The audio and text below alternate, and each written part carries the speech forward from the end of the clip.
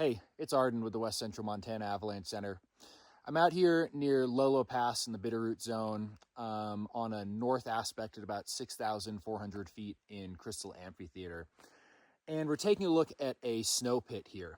What we're finding is that there's a slab that's just over a foot thick with 10 inches of that snow being new snow from Monday.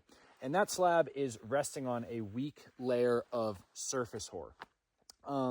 In this location, the slab is pretty weak and I wasn't seeing propagation in snow pit tests.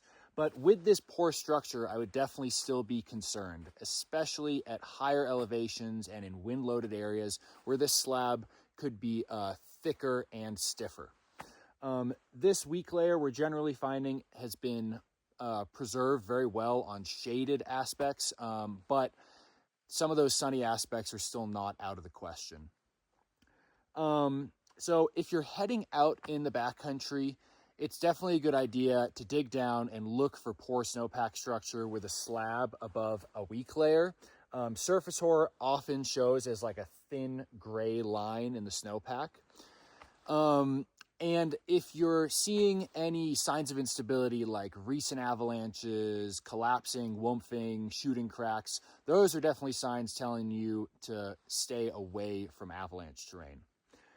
Surface hoar can be a pretty tricky, persistent weak layer to deal with. It can break on really low slope angles, sometimes even less than 30 degrees.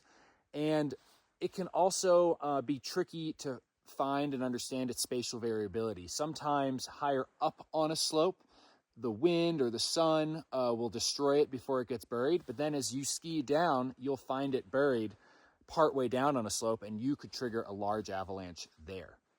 So definitely a tricky weak layer, and it's something that we may have to deal with for a little while. Looking ahead, we are going to be moving into a more active weather pattern, and there's some snow in the forecast starting this weekend. So as this slab builds, I would be concerned about avalanches becoming more and more likely failing on this weak layer. So with that, be sure to check the latest forecast on our website and ski and ride safe.